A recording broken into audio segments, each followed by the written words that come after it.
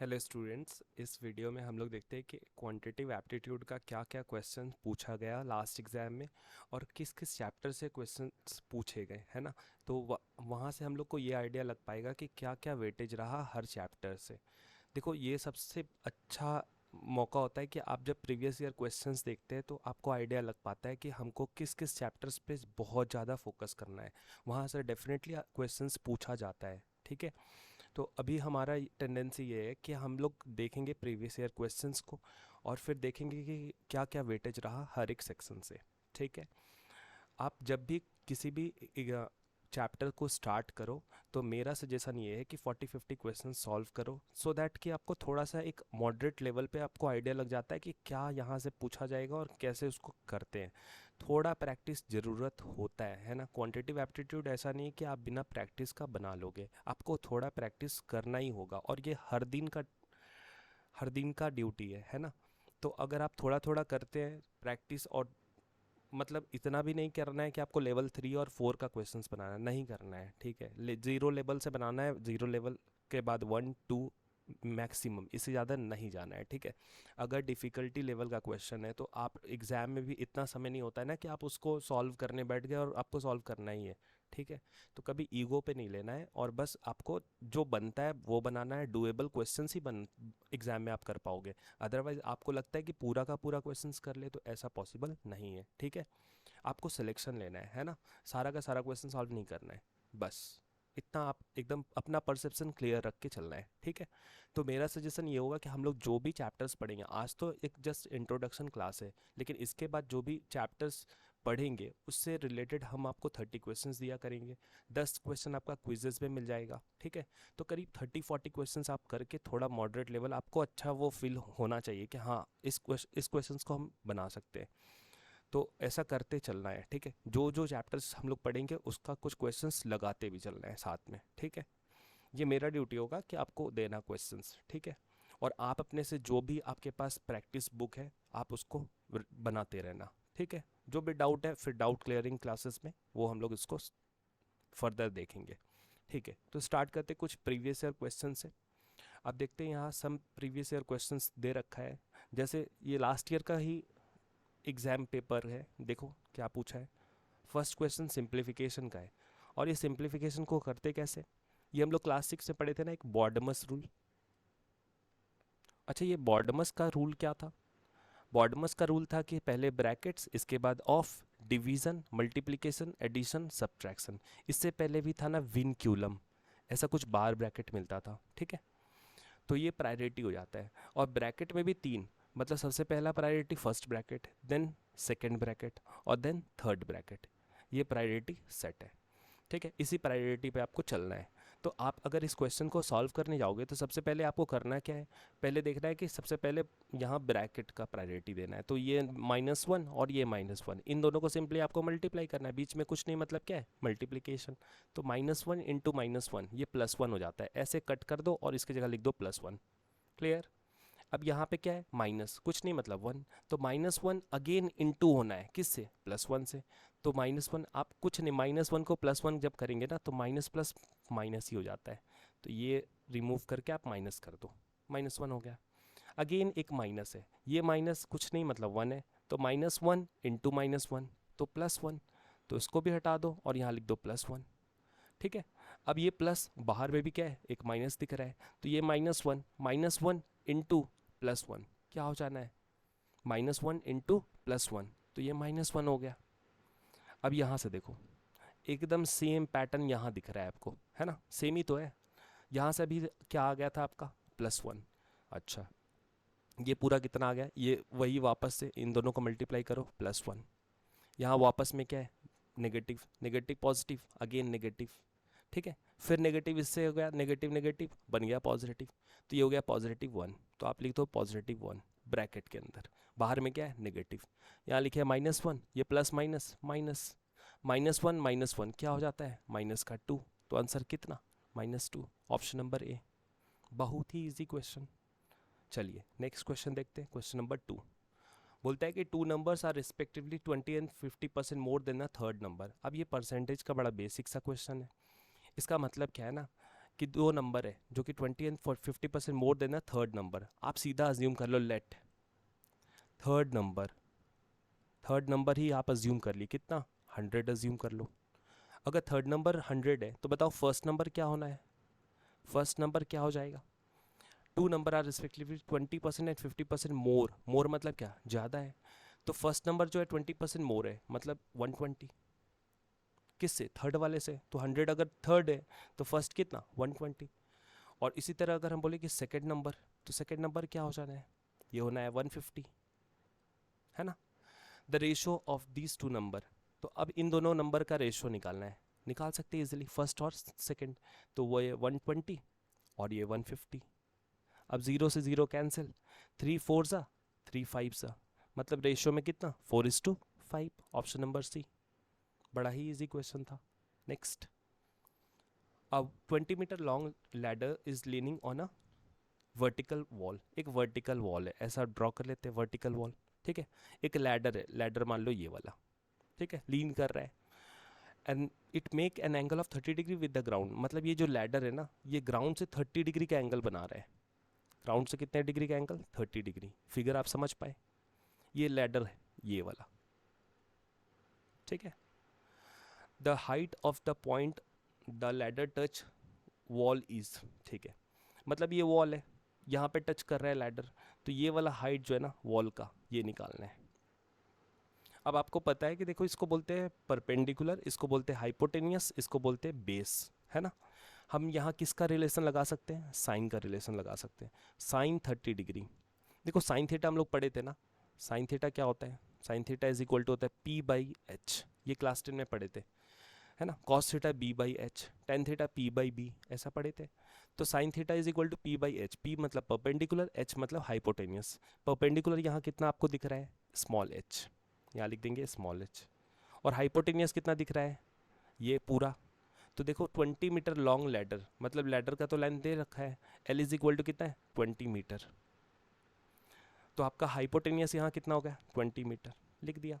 Sign 30 will be कितना, half is equal to H/20, 2 से ये कैंसिल कर दो 10 times, then H is equal to कितना 10, जो भी है सेंटीमीटर मीटर, अब ये मीटर है तो ये 10 मीटर हो गया। ऑप्शन नंबर ए, बहुत ही सिंपल क्वेश्चन क्लास 10। नेक्स्ट, अब कह रहा है कि a wheel can cover a distance of 22 kilometre in 1000 round, the radius of the circle. देखो एक सर्कल है, मतलब सॉरी एक व्हील है, व्हील कैसा होगा, सर्कुलर होगा, है ना।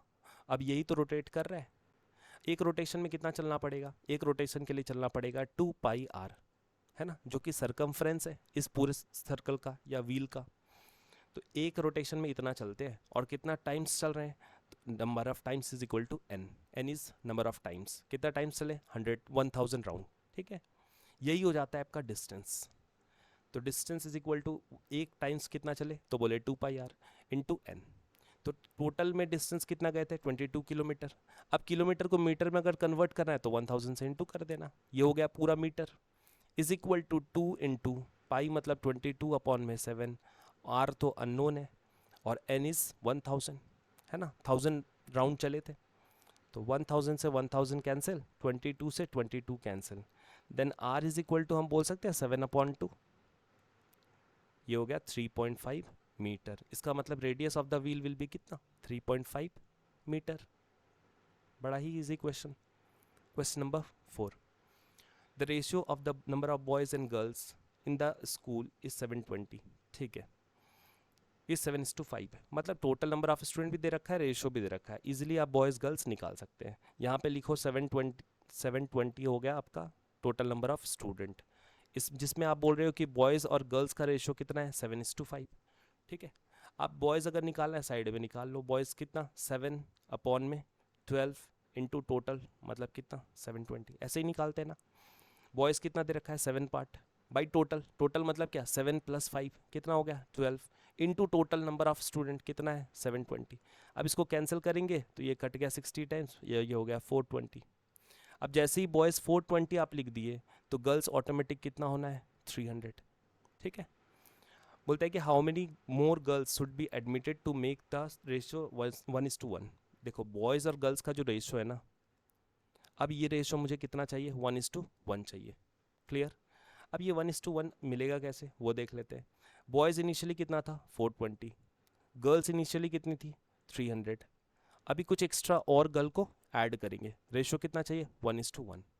जस्ट क्रॉस मल्टीप्लाई, ये हो गया 420 इज इक्वल टू 300 प्लस में G, then G is equal to कितना 120। इसका मतलब नंबर ऑफ गर्ल्स कितना रिक्वायर्ड होना है 120। होपफुली यहाँ तक आप समझ पाए। चलिए नेक्स्ट देखते हैं। बोलता है कि Shyam stored ₹35 in form of 1 rupee coin and 50 पैसे कॉइन इन द रेशियो 2:3। देखो जब भी ऐसा क्वेश्चन आए ना, ये रेशियो का क्वेश्चन है ना। इससे पहले वाला भी एक रेशियो का क्वेश्चन दिखा है ना। तो अभी आपको करना क्या है, देखो रुपीज इज इक्वल टू होता है number of coins by its value. अब वैल्यू का मतलब ये होता है कि 1 रुपये बनाने में कितना कॉइन्स चाहिए होता है, ये समझना है ना। वैल्यू का मतलब 1 रुपये बनाना है, कितना कॉइन्स। अगर मान लो 50 पैसे का केस है, 50 पैसा आपको कितना चाहिए 1 रुपये बनाने के लिए, 2 चाहिए। तो यहाँ वैल्यू की जगह पे क्या लिख देंगे 2। अगर मान लो कि 20 पैसा है, अब 20 पैसा, अगर 20 पैसा बोले कि 1 रुपये बनाना है, कितना चाहिए होगा 5 चाहिए होगा। तो 5, इसका मतलब वैल्यू उस केस में कितना होगा 5। बस इतना सिंपल है। अब देखो दो तरह का है, एक तो 1 रुपये का कॉइन है और एक क्या है 50 पैसे का कॉइन है। चलिए किस रेशो में 2:3। ठीक है। आप एग्जैक्टली पता है क्या कि कितना नंबर ऑफ कॉइन्स है, नहीं है, तो आप इसको 2x कर दो, इसको 3x कर दो। ठीक। टोटल रुपीज़ कितना 35।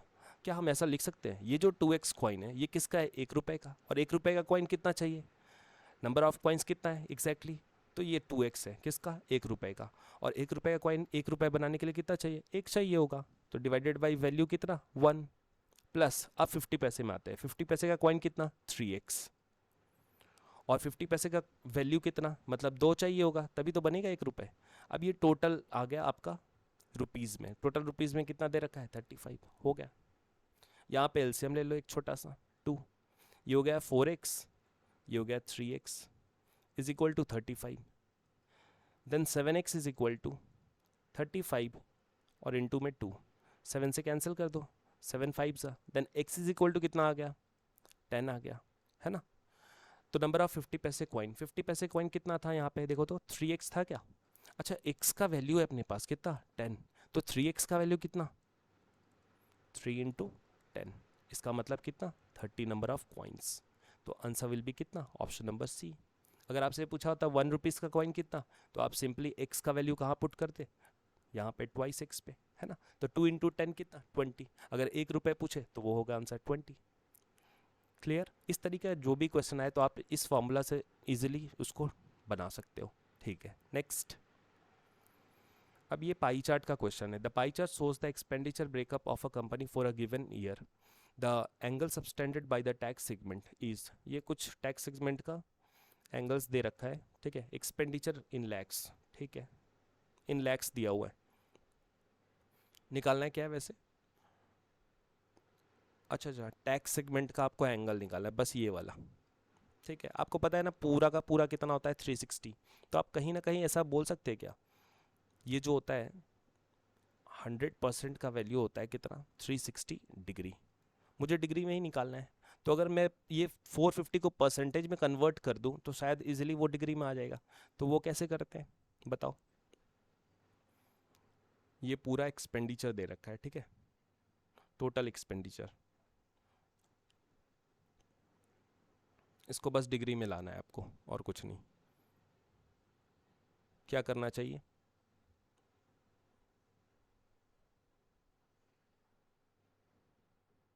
सबको ऐड कर लेते हैं ना। ऐड करें तो कितना हो गया ये और ये मिल गया 500 और 500 1000। ठीक है।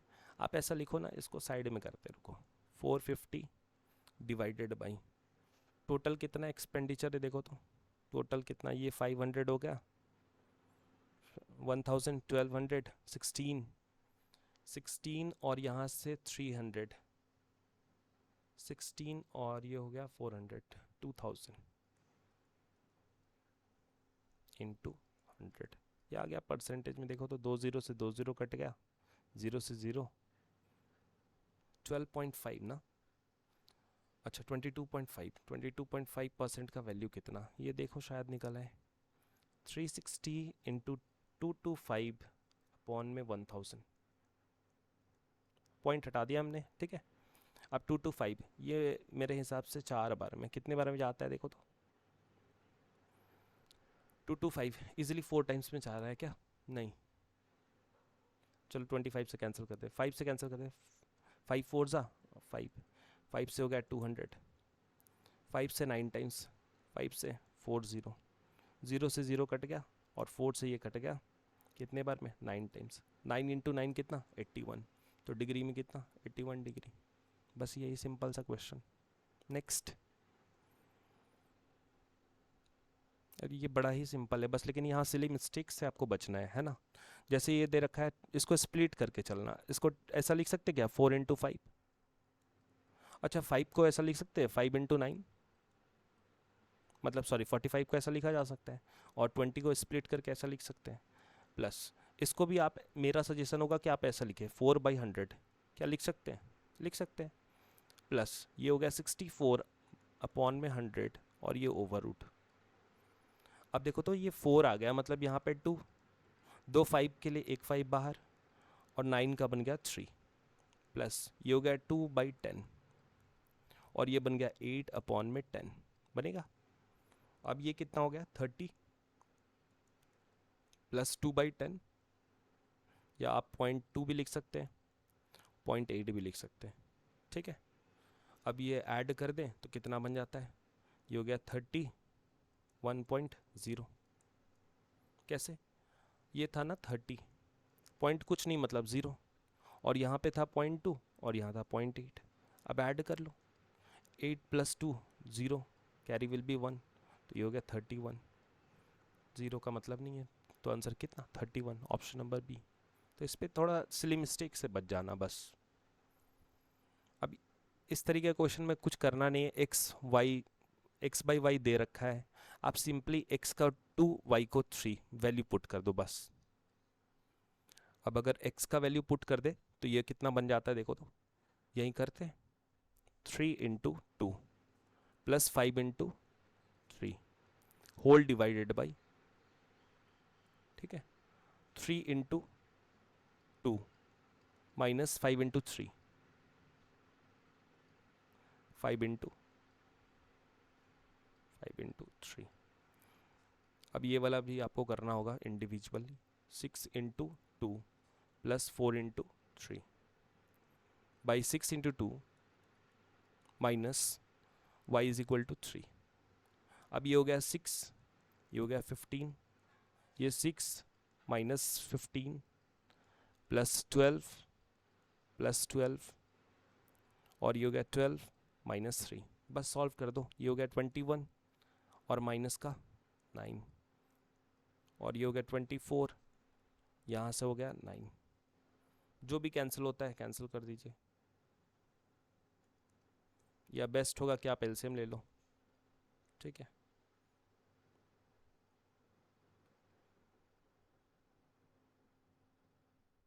ठीक है, अगर इसको ऐसे भी नहीं सॉल्व कर सकते तो कोई प्रॉब्लम नहीं, इसको आप ऐसे करो ना, ये वाला माइनस है ना, तो ये माइनस को इधर कर देते हैं, चलो इसको सेकंड में लिख देते हैं, ज़्यादा कन्फ्यूज़न होगा ही नहीं, हो गया 9 एलसीएम 24 माइनस 21, ये बन गया 3/9, कैंसिल करने पे 1/3 हो गया, जस्ट वैल्यूज पुट करना और कुछ भी नहीं, option number. If the sum of 5 consecutive number is 190 and then the lowest number among them is, तो सम ऑफ 5 कंजिक्यूटिव नंबर, कंजिक्यूटिव मतलब क्या, अगर एक हुआ तो नेक्स्ट 2, 2 के बाद 3 ऐसा, बट आपको इतना नहीं जाना है। देखिए यहाँ करना क्या है, पहला नंबर मान लिया x, नेक्स्ट क्या होगा x प्लस 1, फिर क्या होगा नेक्स्ट x प्लस 2, फिर क्या होगा, ये सारा नंबर है ना कंजिक्यूटिव नंबर। अब देखो नेक्स्ट क्या हो गया x प्लस 3, इसके बाद क्या हो गया x प्लस 4, 5 ही तो था, 5 नंबर है, इज इक्वल टू कितना 190, 1 2 3 4 5, ये हो गया 5x। अब ये 3 प्लस 4 7 2 9 और ये 1 10 is equal to 190, then 5x is equal to 180. अब 5 से कैंसिल कर दो, 5 3 ज़ा 6, then x is equal to कितना 36. इसका मतलब जो लोएस्ट नंबर है वो कितना है 36. तो then the lowest number among them is 36. Highest पूछता तो क्या बोलते हैं x plus 4, x is equal to 36 plus 4, then कितना 40, है ना. Next, the least number by which, ये नंबर है ना 2450 must be multiplied to make it a perfect square number. आप परफेक्ट स्क्वायर नंबर बनाना है. और यहाँ बोल रखा है कि लीस्ट नंबर मतलब आप इन चारों नंबर में सबसे छोटा कौन सा है 2 है, 2 से मल्टीप्लाई करके देख लो, है ना. मस्ट बी मल्टीप्लाइड, इसका मतलब क्या है 2450 मल्टीप्लाइड बाई 2 करके देखते हैं. 0 1 कैरी मतलब कितना 9 और 2 2 सा 4. ये तो निकल आया डायरेक्ट, क्योंकि ये स्क्वायर रूट इसका निकालेंगे ना 4900 का, तो ये कितना बन जाता है 70. समझ पाए, इसका मतलब ये परफेक्ट स्क्वायर नंबर है. ठीक है, तो option number A will be correct answer. ये तो परसेंटेज का बहुत ही basic question. If the price of sugar increases by 20%, by what percent should a household reduces its consumption of sugar so that the budget remain the same, है ना, expenditure पे कोई effect ना पड़े. तो इसका डायरेक्ट ही फॉर्मूला है r upon में 100 प्लस माइनस r इंटू 100. बस वैल्यूज पुट कर देंगे निकल आएगा. मतलब क्या 20% इंक्रीज मतलब 20, इंक्रीज मतलब प्लस, अगर डिक्रीज होता तो माइनस. बस यही समझना है. तो इंक्रीज मतलब प्लस, तो आप सीधा लिखो 120, 100 प्लस 20 120 इंटू में 100. अब 20 से ये सीधा कट गया 6 टाइम्स, ये बन गया 50 अपॉन में 3. इसका मतलब हो गया 16 होल 2 बाई 3%. तो कंजम्पशन कितना डिक्रीज कर देना पड़ेगा 16 whole 2 by 3%. Option number D. So that, है ना, एक्सपेंडिचर विल बी सेम. ये बड़ा इंटरेस्टिंग क्वेश्चन है. P Q R are 3 number such that LCM of P and Q is Q.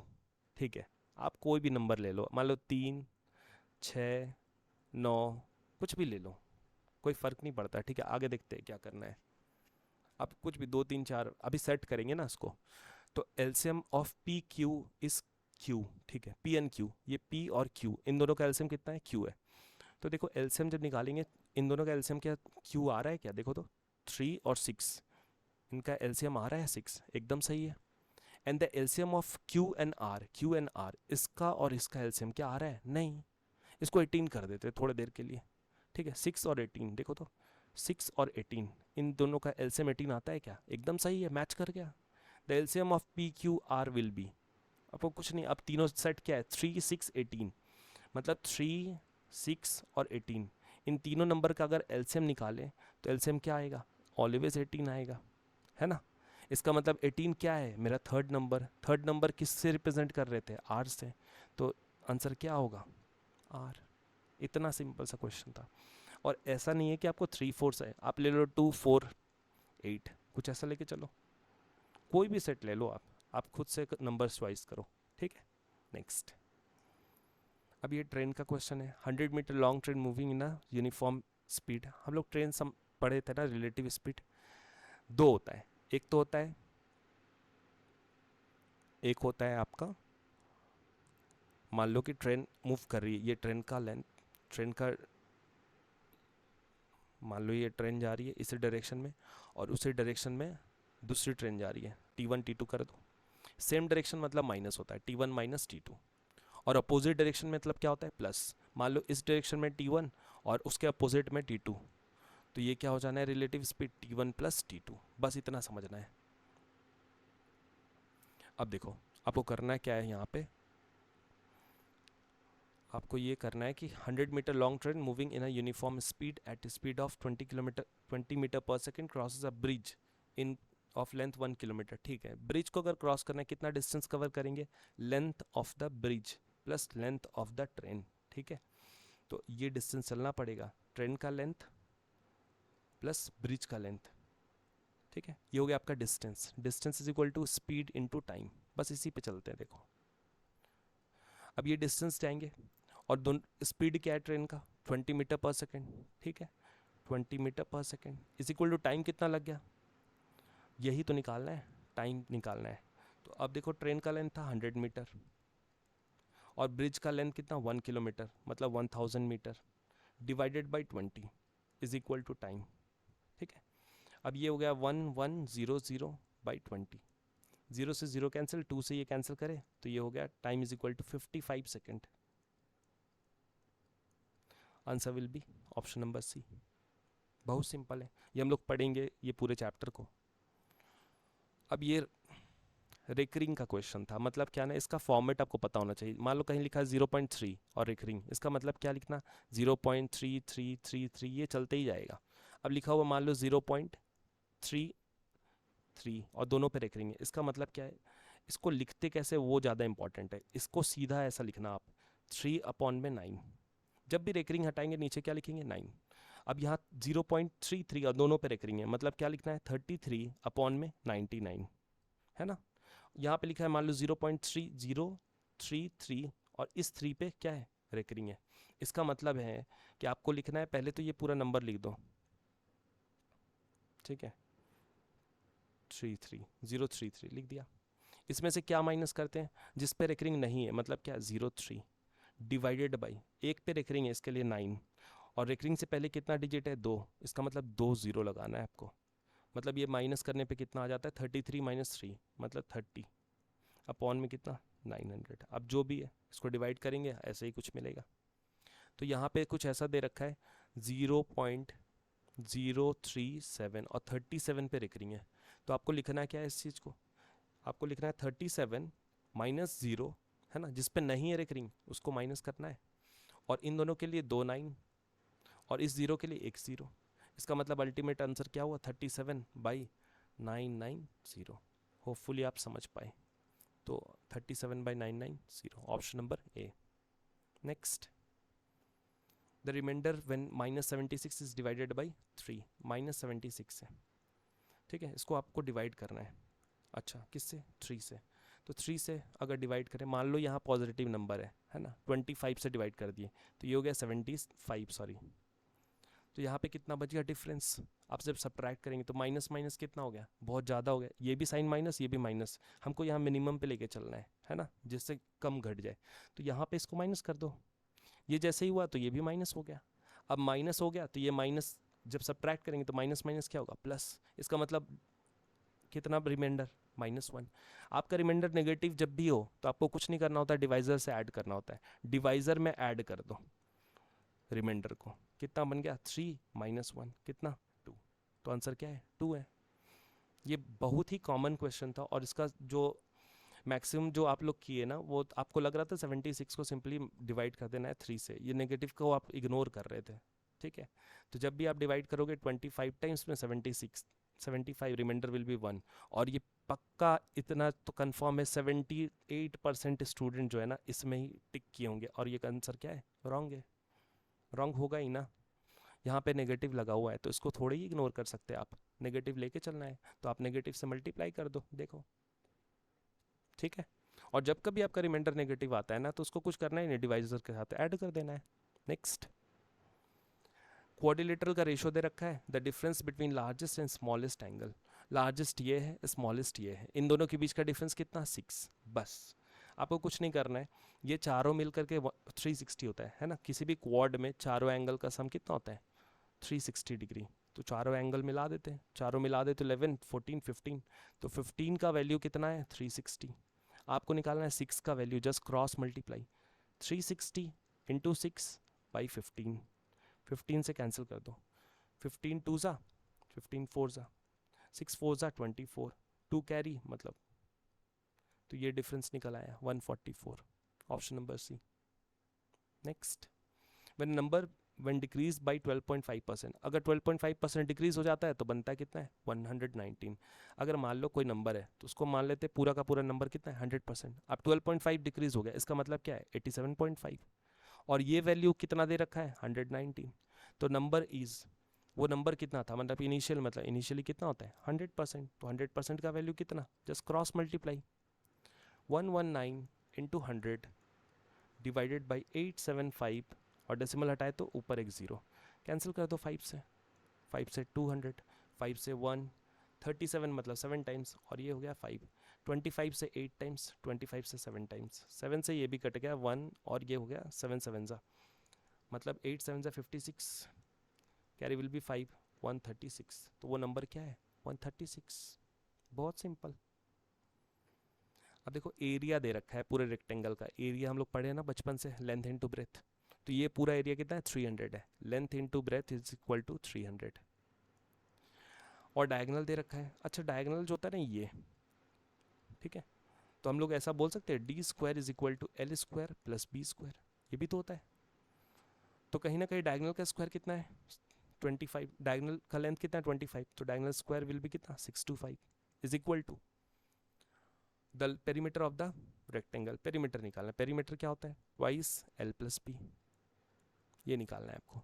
अगर एल प्लस बी का वैल्यू निकल जाए, अच्छा यहाँ देखो तो इसको ब्रेक कर सकते क्या? A square plus B square easily कर सकते हैं। इसमें क्या लिख सकते हैं? एल प्लस बी का होल स्क्वायर माइनस 2ab, है ना। एल बी का अपना वैल्यू दे रखा है ना 300, वैल्यू पुट कर दो। अगर ये पुट कर दें तो 300 इंटू 2 600, 600 इधर आ गया तो ऐड हो गया, ये हो गया 1225 is equal to L plus B. अब ये स्क्वायर उधर गया तो स्क्वायर रूट, मतलब 35 is equal to L plus B. अब देखो मिल गया, एल प्लस बी का वैल्यू कितना? 35। तो यहाँ पुट कर देते हैं ट्वाइस 35, मतलब कितना? 70। इसका मतलब पेरीमीटर कितना? 70। Option number B. इतना easy question. The numerator of a fraction is 2 less than its denominator. कुछ नहीं, देखो डिनोमिनेटर 5 है तो ये 3 होगा, 2 लेस है, सही। लेकिन अब मत कोई नंबर स्पेसिफिक नंबर पे स्टार्ट नहीं करते हैं, आप सीधा सोचो x बाई वाई, ठीक है। If the numerator is multiplied by 2 and denominator is multiplied by 3 then the fraction becomes इतना, ठीक है। अब ऐसा लिख सकते हैं क्या? ये तो 2 लेस है ना, तो हम लोग ऐसा लिख सकते हैं, ये मान लो y है तो ये y माइनस 2 होगा। न्यूमरेटर को किससे मल्टीप्लाई करते हैं? 2 से। और डिनोमिनेटर को किससे मल्टीप्लाई करते हैं? 3 से। Then the fraction becomes 2/9। 2 से 2 कैंसिल कर दिया, 9y minus 18 is equal to 3y। अच्छा 6y is equal to 18, then y is equal to कितना? 3। y निकल आया। अब y जैसे ही निकल आया, y is equal to 3, then x कितना होना है? 2 कम, मतलब कितना? तो आंसर क्या है? 1/3। अब ये इसको बोलो एवरेज का क्वेश्चन या एलिगेशन का question. In a school the average age of both boys and girls is 16 year, the average age of boys is 15 and the average age of girls is 18, ठीक है। The ratio of boys and girls, एकदम allegation का एक line का question है, कुछ नहीं करना है, ठीक है। बोथ बॉयज एंड गर्ल्स का कितना है? 16। आप यहाँ लिखो बॉयज, यहाँ लिखो गर्ल्स, यहाँ लिखो पूरे क्लास का। तो बॉयज़ के लिए कितना था? 15। गर्ल्स के लिए कितना है? 18। और पूरे क्लास का कितना है? 16। हम लोग एलिगेशन जब लगा रहे थे तो पढ़े थे ना कि ये हमेशा मीन वैल्यू होता है, दोनों के बीच में लाई करता है। इन दोनों के बीच का डिफरेंस 2, इन दोनों के बीच का डिफरेंस 1, तो रेशियो क्या हो गया? 2:1 हो गया। Option number C. और एक लास्ट, ये हो गया 1/2, 2/3, 3/4, ऐसा ही लिखेंगे ना सब्ट्रैक्ट करके। 4/5, 5/6, 6/7, 7/8 और 8/9, 9/10 हो गया। लिख सकते हैं ऐसा। अब देखो 2 से 2, 3 से 3, 4, 5, 6, 7, 8, 9 कट गया तो बचा क्या? 1/10 हो गया आंसर, ऑप्शन नंबर बी। अब ये एलसीएम एचसीएफ आप निकालना जानते हैं, बेस्ट है कि एचसीएफ पहले निकालो, इजीली कैलकुलेट कर पाओगे। तो एचसीएफ निकालने के लिए हम लोग करते हैं सबसे छोटा नंबर, ये सेकंड छोटा नंबर, एक बार में गया 14, बचा कितना? 7। ये 14 वापस लिखो, 2 बार में गया, पूरा का पूरा कट गया। इसका मतलब अभी तक का एचसीएफ कितना है? 7 है। 7 को अगर सेकंड थर्ड वाले नंबर 28 से डिवाइड करें इजीली चला जाता है। इसका मतलब एचसीएफ क्या निकल आया? 7 निकल आया। तो एचसीएफ आपको 7 यहाँ दिख रहा है, यहाँ दिख रहा है, तो यही दोनों, ये दोनों गया, तो इन दोनों में आंसर है। अब आपको निकालना है एलसीएम। एलसीएम निकालने के लिए क्या करते हैं? सिंपली जैसे निकालते वैसे ही निकालेंगे, और क्या, ठीक है। और ये भी देखो कि आप ये तीनों नंबर का मल्टीपल होना चाहिए वो नंबर, मतलब अगर 21 का मल्टीपल 56 कभी नहीं होता है, मतलब ये नहीं हो सकता है। तो ऑप्शन क्या है? Option number C will be correct, ठीक है। तो हमने इस सेशन में क्या देखा, कुछ प्रीवियस ईयर क्वेश्चंस। अब आपको ऐसे ही एग्जाम्स में भी लगाना है। तो अभी हम लोग को ये निकल के आया ना कि सबसे ज़्यादा क्वेश्चंस कहाँ से था, परसेंटेज, रेशियो, एवरेज, ठीक है। इसके बाद आपका एलसीएम, एचसीएफ, जो भी है, ठीक है। और भी कुछ कुछ चैप्टर्स हैं जहाँ से हम लोग कुछ क्वेश्चंस लिए, जैसे प्रॉफिट एंड लॉस भी है, बट यहाँ एक अभी अभी तक तो शायद नहीं दिखा, जो भी है। बट आने वाले अब सेशन में हम लोग एक एक चैप्टर पढ़ते हैं, उस पर कुछ क्वेश्चंस करते हैं, और जो भी अपना डाउट है वो क्लियर करते हैं, और फिर एकदम पेशेंटली कुछ क्वेश्चंस खुद से सॉल्व करेंगे, सो दैट कि आपका थोड़ा सा कॉन्फिडेंस बना रहे, आपको एग्जाम में पैनिक ना होना पड़े, ठीक है। आपसे एग्जाम में नहीं लग रहा है, इसका मतलब क्या है, आपका प्रैक्टिस थोड़ा कम है, आपको प्रैक्टिस करके जाना है, ठीक है। तो होपफुली इस वीडियो को यहाँ हम करते हैं।